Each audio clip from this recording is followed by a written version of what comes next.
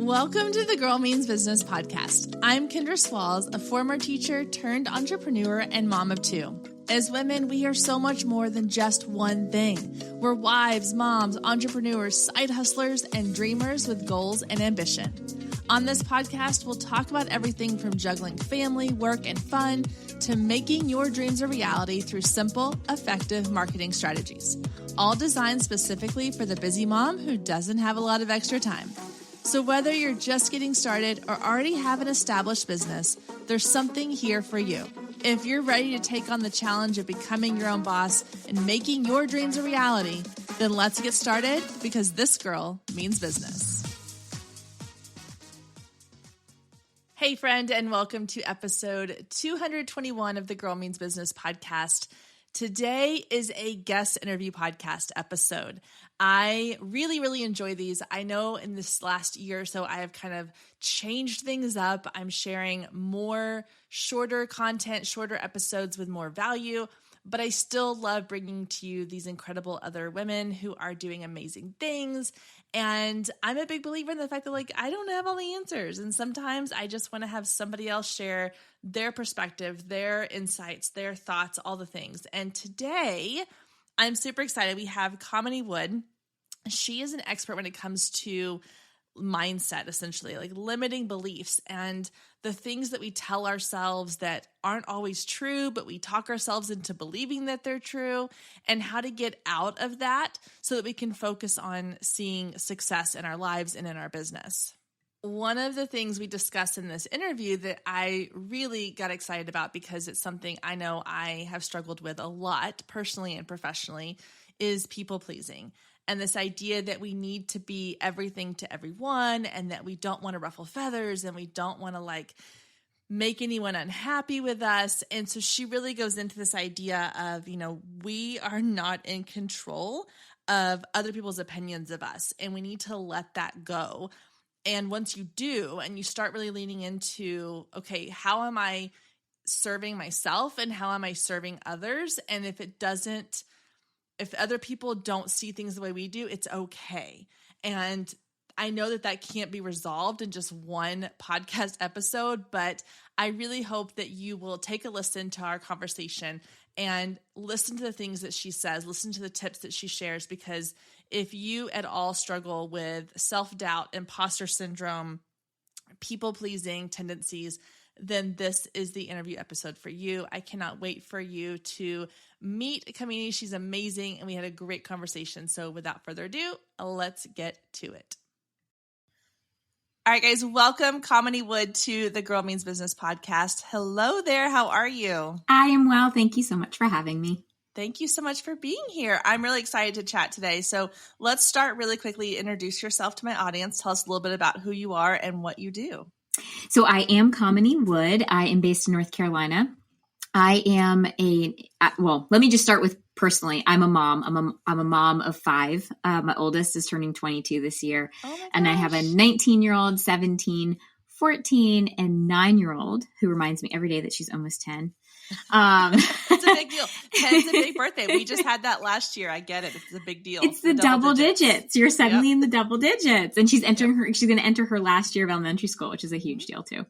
So that's actually the biggest, most important thing about me is that I am a mom. I mean, first and foremost, that's how I see myself. Beyond that, though, professionally, I work with individuals on helping them really understand their own human potential and being able to work through where they might feel stuck or stagnant, what could be holding them back in their lives, whether it be on a personal basis or a professional basis. That's kind of how I spend my day. Every day is working with people one-on-one. I love that. First of all, mom of 5, that's insane. It's a lot of things happening at one time. I only have 2. And most days I'm that's too much. It's too many people going in different directions. I don't know how you keep up with all of it. So did you start your business prior to having kids or when your kids were young? Where was it in that process of family versus your business? I actually started my business when my oldest was still in high school, but my youngest was still in diapers. Okay. So it was kind of in between. And truth be told, my business sort of came out of personal experiences that I was having. at the time.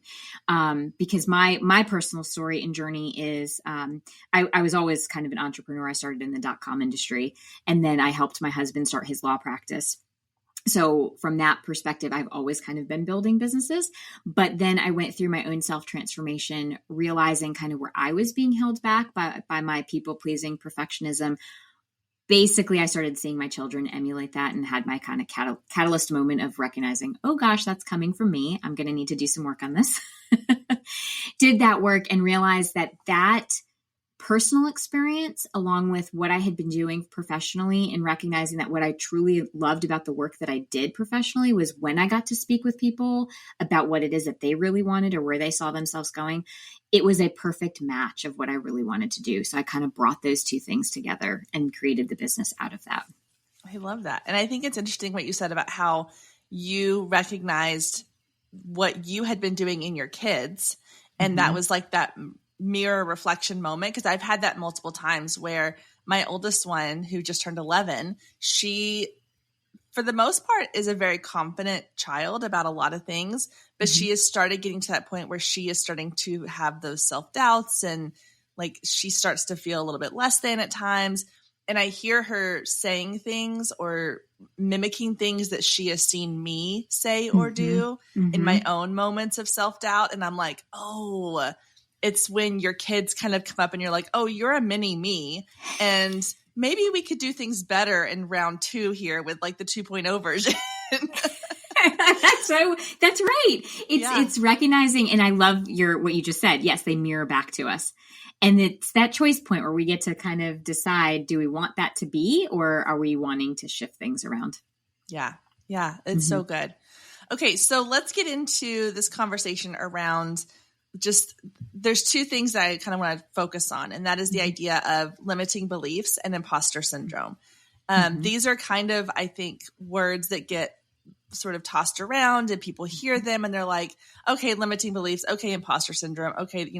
But let's really dig into like what these things are and how they're impacting us, whether we realize it or not. And then maybe some things we can do to help kind of break the cycle of that.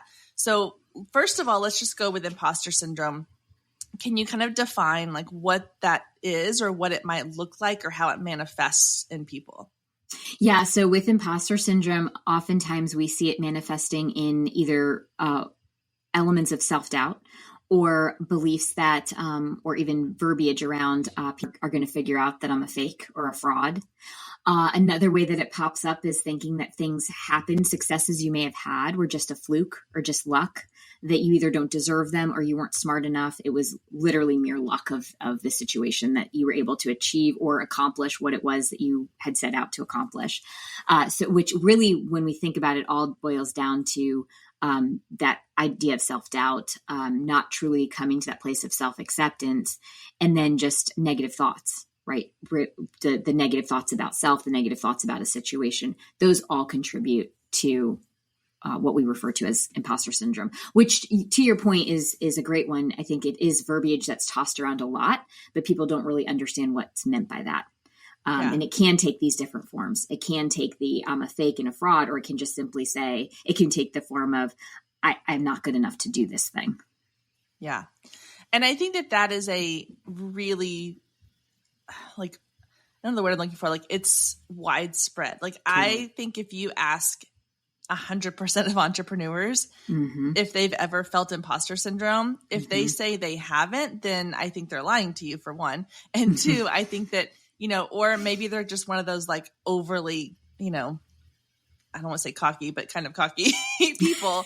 So here's like the question that I have. So for me, and I'm just going to like go personal on this one, and then we can kind of broaden out from there. So one of the things that I struggle with when it comes to the idea of confidence, imposter syndrome, this feeling of like, oh, I'm not good enough, or who am I to be doing these things? It also kind of is this push and pull of, I want to feel confident because I do know that I have the skills. I know that I have the knowledge. I know that I have all these things in place, but I don't want to come across as one of these people who is like overly confident. So there's this kind of push and pull of like, well, I don't want to be conceited. I don't want to sound like I'm bragging all the time. I don't want to like make it people think that I feel like I'm the end all be all. But at the same time, like I want to feel more that way in my own self. So what do you recommend for someone who's like having that kind of push and pull in their brain of, I want to feel this way, but I don't want to go so far that I become obnoxious to people? Totally. And a couple things come up with that. One is it's recognizing that we don't control other people's perceptions of us. And that's part of the issue that we face when we are kind of wanting to balance that, is this idea that we have to be responsible for how somebody receives us. And the truth really comes down to, how are you receiving yourself and what do you think about yourself? Because at the end of the day, we have no control over it. So you could walk that line as close to it as possible and really try your level best to not be conceited, and somebody could still perceive you as conceited. And so it's almost like you're putting in all this energy and effort into something that is completely outside of your control, which then keeps you playing smaller, right? So it's kind of the antithesis to what you're trying to accomplish. Because that line between arrogance and humility is so thin. I used to say that to my kids all the time, especially because they're so competitive with sports. It's like, hey guys, the line between arrogance and humility, very thin. But having said that, what we can control is how we talk to ourselves and how we think. And so that's really what it comes down to, is what is that you're saying to yourself, and what is it that you actually believe about yourself? Because again, even if you try your level best to not be considered arrogant, somebody could still think that you're being arrogant. And it doesn't mean that you are. It just means in their reality you are. But that doesn't define who you are. The only person who gets to define that is you. I love that. It's one of those things that I'm constantly trying to work on, is the idea of other people's opinions of me are none of my business. Mm-hmm. And I love what you said about, a big part of this is that we feel like that we have to be in control of how other people receive us. Mm-hmm. And that is not our job. Our job is not to do crowd control on like, well, what are your thoughts? What are your thoughts? What are your opinions? It's just to put ourselves out there and give people what we know we can provide, and then how they perceive it or how they take it. Most of the time it's more to do with what they're going through or their mindset than our own. Yes, 100%. What we're putting out there. Yeah. 100%. I know this even for me personally. I know that if I have an adverse reaction to somebody, I've learned to actually slow down and be like, okay, what's going on for me here? Yeah. Because it is about me. It's not about them at all. Yeah. Yeah. Mm-hmm. I mean, that's one of the things I've really worked on a lot too, is like recognizing my own thought patterns and my own, like, okay, why do I feel this way about somebody? And I'll give a perfect example of like, Amy Porterfield. So I love Amy Porterfield. I think she's a great course creator, instructor, all the things. And one of the reasons I was originally drawn to her, and this is, I mean, I'm just totally being like, pull back the curtain. I'm going to share all the things right now.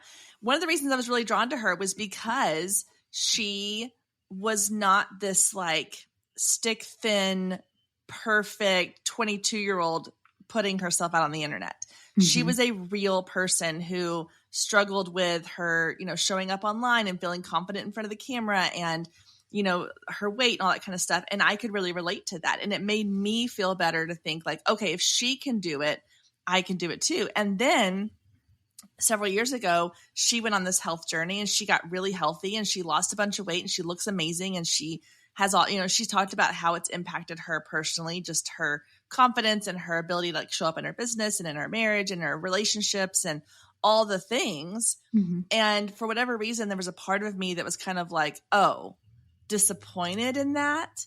And I was like, wait a minute, why am I disappointed in somebody taking care of themselves? Mm-hmm. But selfishly, I was like, no, I wanted her to keep playing small because it made me feel safe playing small as well. And when you can see that like, oh, I'm doing that, it's nothing against her personally. It's just my own insecurities kind of coming out and how I'm feeling about her. Then that can help you kind of break that idea of like, well, it's not my job to make sure everybody feels comfortable with the decisions I'm making as well. Right. I love that. And I love what you just said, because I think it really does demonstrate exactly what we're talking about. It is and twofold. One, I love what you brought up in terms of I resonated with her, because that's a great way of showing how comparison can actually be helpful and not always hurtful. Because what I just heard there was a comparison that allowed you to realize that you can do that too. Yeah. But then also what you just demonstrated in terms of how when something happens and we have a reaction to it and it's maybe not a great one, it's like, oh, what's happening here for me? Yeah. Yeah. And when you think about on the other side of the line there is like, she doesn't care what I think about her. Like she doesn't know me, first of all, but like, she doesn't care that I have this opinion about her. Even if I were to voice that opinion, it's not her job to regulate how I feel about somebody. Yes. And their appearance or their health or whatever. Exactly. It's not. And I don't expect her to take that on. So why am I putting that same pressure on myself to be like, well, but I want this stranger on the internet to be happy with me. Like, yes, that's not our job. Yes, exactly. And as a mom, that's one thing that I think I've learned too, is that you're not always going to have your kids' approval, and you learn to deal with it. It's kind of taking that and extrapolating it and saying, and I'm going to apply this to all the strangers out there too. I don't need them to agree with me. I don't need them to even, think that I'm like the best person in the world. I just need to be comfortable and recognize that how I'm showing up is in alignment with myself. Yeah.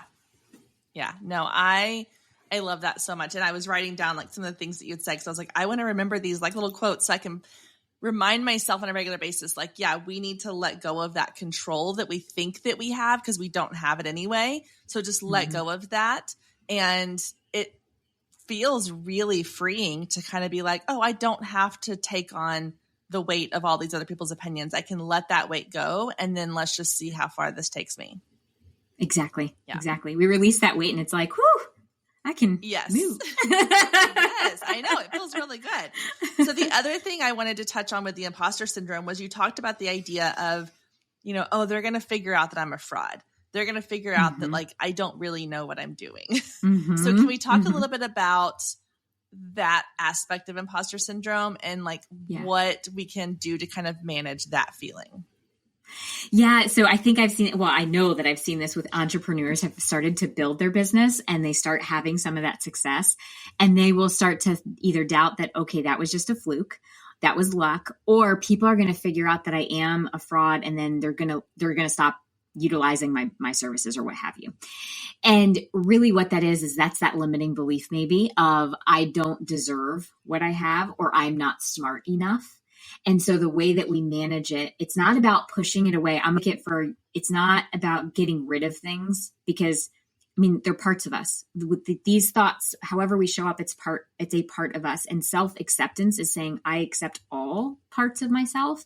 So I'm an advocate of not saying we push it away or get rid of it. It's just, oh, I'm noticing the thought that I'm a fraud or that people are going to figure me out as a fraud. And then you really ask yourself the question of, well, what's actually true? And how have I been showing up in my business, for instance? And recognize like, no, I've actually done this, and this. I've done the work. I've actually shown up and wholeheartedly given myself to this thing that I've been working on. And so once again, it's trying to control somebody's perception. If they think I'm a fake or a fraud, it's just their own thoughts. It doesn't make it true. Yeah. One of the things that I started doing that kind of helped me with this was I created like a little folder just on my desktop and I put in things, and coming from like the photography world, it's a little bit easier because sometimes it's more visual. And so I can actually put like visual artifacts sort of. So what I'm doing is I'm creating a folder on my desktop of little things that have shown my journey throughout time. So like I will put like a picture I took, like a photo I took from one of my very first photo shoots, which is so terrible, like so awful. And then in the same thing, I'll put in one that I'm really, really proud of. And so that I can see like, oh no, I started from here and I went to here and I have that experience to share with somebody. Or I'll put in things like, I'll screenshot like clippings of like an article that was written about me by somebody, or a podcast episode that I was on that I'm really proud of, or the time that I had like a photo on the cover of a local magazine and things like that, so that I can go back and remind myself like, oh no, I've earned the ability to teach on these things or do this thing because I have this experience and I've done X, Y, and Z. Because it's really easy, I think, to get, for me anyway, I get so caught up in where I am now and where I want to be that I forget to look at where I've been and Exactly. how far I've come. Yes. A lot of times I will suggest to people to maybe even keep a success journal, because again, that's a great way to reflect on. And again, it's not just what did I achieve and what did I do, but also who was I and how did I show up to account for those things occurring. Because then when we are having those moments of I'm a fake or a fraud or people are going to find me out, we can pull that success journal up and read. And exactly what you just said, we're reading this evolution of how we've gotten to where we are today. And it's just a real-time reflection of I'm exactly where I am because of how I showed up and who I am. And yes, the things that I've done along the way. Yeah. Stay with us. We'll be right back. If you have been listening to the Girl Means Business podcast for any amount of time, then you know my love of email marketing runs deep. Not only is it a great way to generate new leads, but it's one of the most effective methods for nurturing warm leads and turning them into sales. Now, over the years, I've tested several email platforms, and my favorite by far is Flowdesk. Not only do they make email marketing simple and easy, even for the technically challenged, but they have everything you need to create stunning emails, capture leads, make sales, and automate the entire process, giving you time back in your busy day. And the cherry on top is you're only charged one flat fee no matter how many subscribers you have. So while other platforms will increase your price when you go over your pricing tier limit, Flowdesk has no price increases or hidden fees. If you're ready to give Flowdesk a try, click the link below in the show notes to save 50% off your first year. Let Flowdesk help you design emails people will love. Click the link below and check it out. I have a feeling you're going to love it just as much as I do.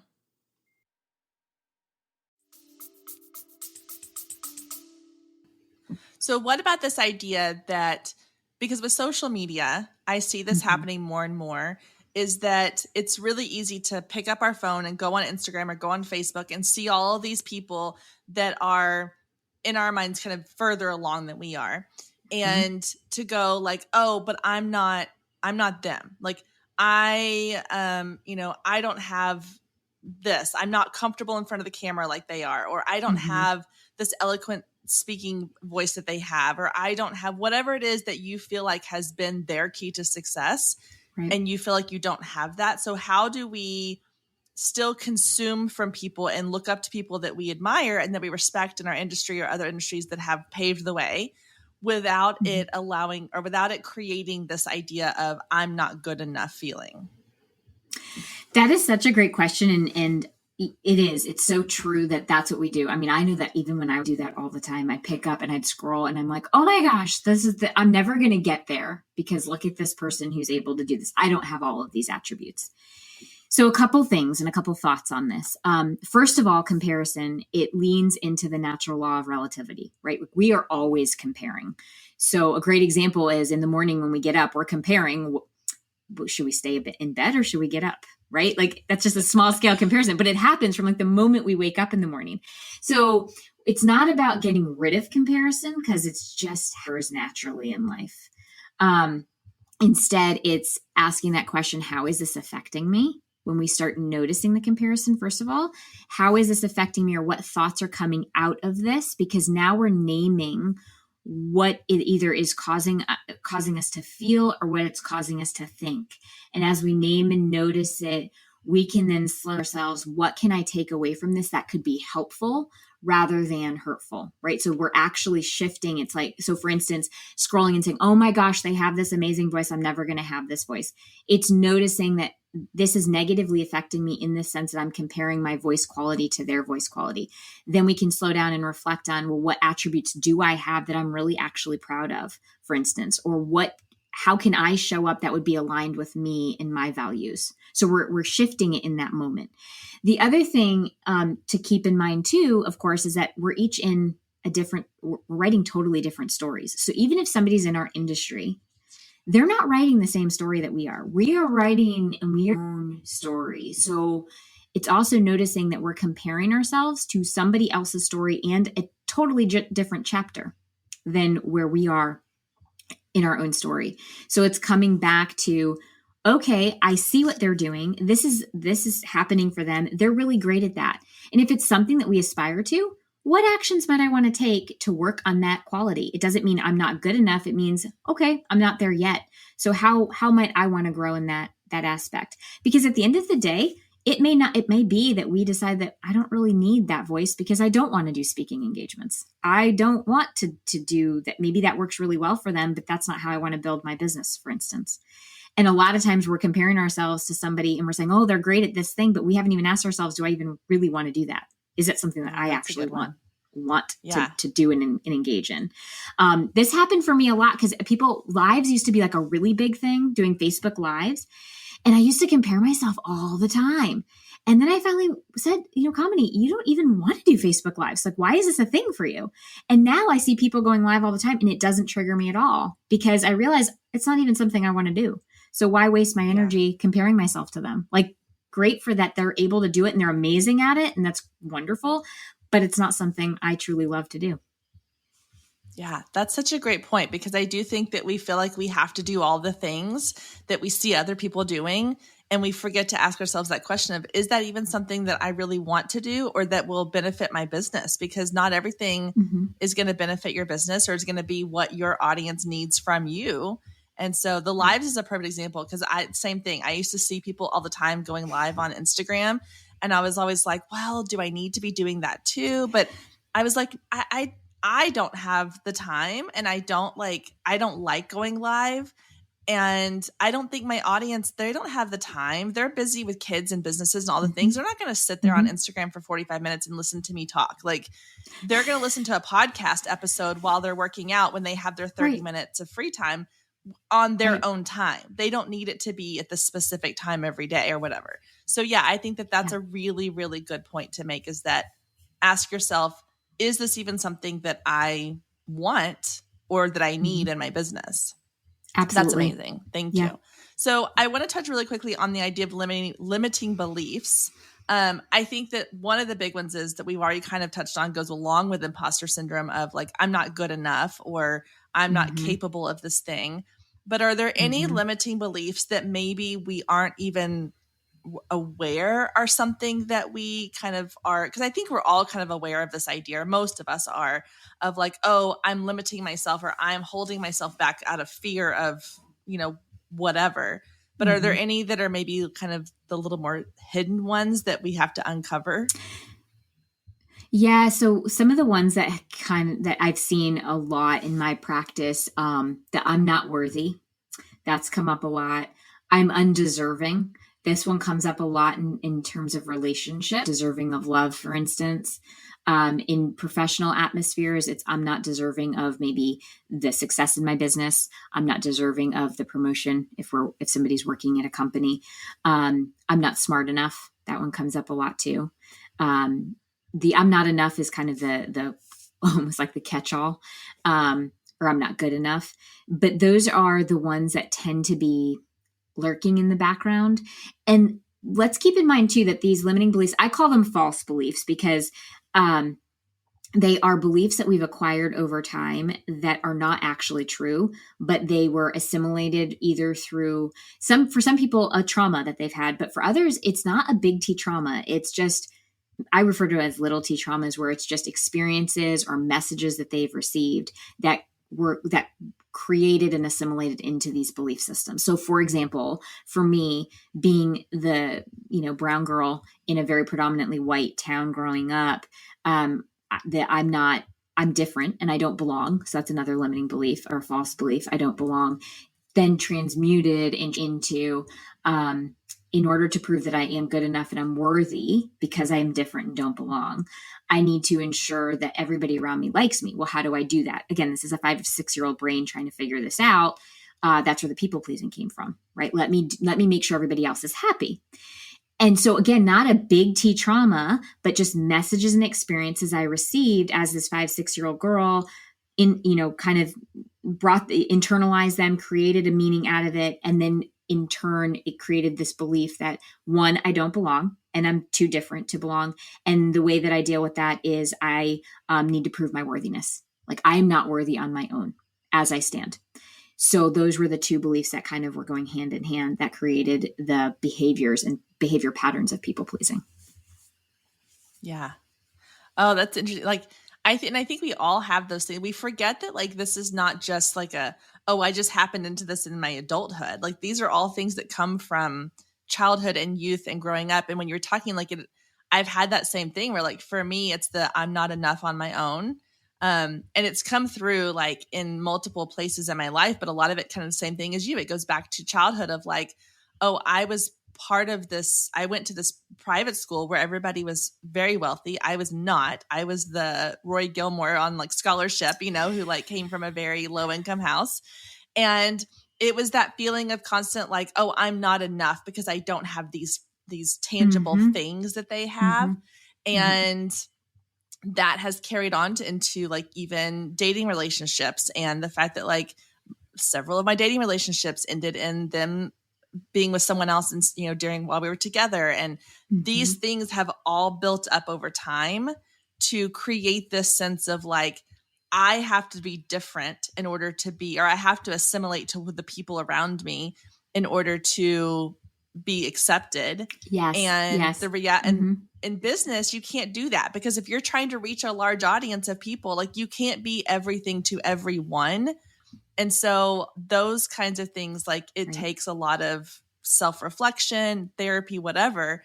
But I think that that's a key thing too. And you can tell me what your thoughts are on this, but like just listening to this podcast, or even like it's good and it's helpful to recognize them. But I do think that you need to have someone like you to work with to say like, okay, now you've recognized it. Let's figure out how to work through it. So what does that look like? What is it that you do to help people that is beyond just like what we've talked about today? Yeah, so it's important to say awareness is the doorway to change. So that's exactly what we're talking about here, where it's once you become aware of it, now you've got this choice point. And as individual people, to be really self-actualized, we have to recognize that we do have a choice. We do have a choice as to how we're going to show up and what we're going to do about it. And so once we have worked to figure out and really name what those limiting beliefs are, then we do a lot of work around your own value system, your own needs, and we bring those things together to really work on figuring out what's actually true about you versus where this limiting belief came from. So it's not about judging the past or saying, okay, it's the fault of this, because that would just take us into victimhood. Instead, it's, okay, this is what my experience was. This is how I internalized it. This is what I made it mean. With this information, we go back to what's actually true. Also, what do I value? What do I need? And now it's about committed action into living into what is actually true about you today in present moment versus 6-year-old self. So going back to what I was saying, and it's not to say that it might not pop up again, but now we have tools to deal with it, right? So for me, the I don't belong, that might still pop up. It absolutely does. I know that when I go to networking events, for instance, it's like all these new people. I'm an introvert by nature, and there is that moment of I don't belong. But now that I've done the work and I'm aware of it, it's like, oh, there's that belief system. I know how to handle this now, really with old narrative that I'm different from these people. Well, yes, I am different. And also I have all these things to offer the conversation, for instance. And then you take the committed action to live into that and into those values. And for me, that would mean walking up to somebody, introducing myself, and starting a conversation about what they do, listening very carefully, and also offering information about what I do. So it's not just I'm aware of it and now I'm just going to sit here with this information. It's what do I want to do with it? And how am I going to implement the changes that I want for myself? Yeah.